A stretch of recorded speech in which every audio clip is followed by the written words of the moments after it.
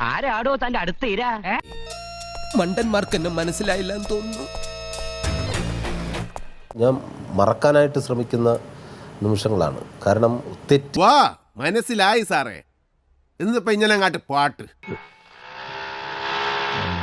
സ്ത്രീകളെ പീഡിപ്പിക്കുന്ന ഒരു ഹോബിയാണോ സുരാജിന്? ഒരിക്കലുമില്ല. മണ്ടന്മാർക്ക് എന്നെ മനസ്സിലായില്ല എന്ന് തോന്നുന്നു. താൻ എന്തേ കാണിച്ചേ? ഉദ്ദേശം എന്താണെന്ന് എനിക്കറിയാം. എന്താ സ്ത്രീകളെ ഇങ്ങനെ ഫോൺ വിളിച്ച് പീഡിപ്പിക്കാറുണ്ട്. അല്ലാതെ ഒരു പീഡനത്തിന് ഇതുവരെ പോയിട്ടുമില്ല. താനൊന്നും മിണ്ടാതിരിക്കണ്ട. ഈ പൊണ്ടാരം എന്നെ തൊലച്ചേ അടങ്ങ്.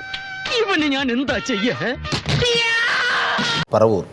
പറവൂർ അതെ, സ്ത്രീ പീഡന കേസ്. സ്ത്രീ പീഡനം ഒന്നും പറഞ്ഞിട്ട് ചുമ്മാ അങ്ങനെ ആൾക്കാരങ്ങ് ആരോപിക്കും. അവന്റെ 16 അടിയിൽ തന്നെ നടന്നു. ഞാൻ അതിനുള്ള ഏർപ്പാടുണ്ടാക്കിട്ടേ ഇനി വീട്ടിലേക്കുള്ളൂ. ഇതെന്റെ ഒരേ ഒരു പെങ്ങൾ.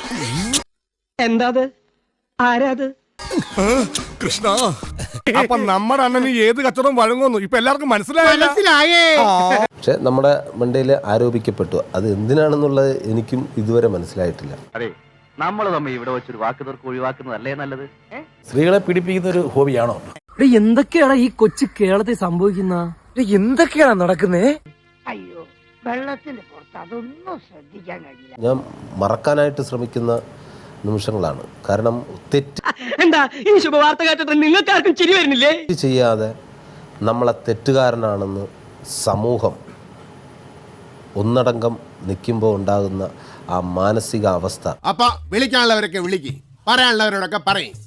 നടക്കട്ടെ കാര്യങ്ങൾ നല്ല ഞെരിപ്പായിട്ട്. ഒരു കുടുംബകലാപം ഉണ്ടാകുന്നതിന് മുമ്പ് ഞാൻ അങ്ങോട്ട് മാറിയേക്കാം.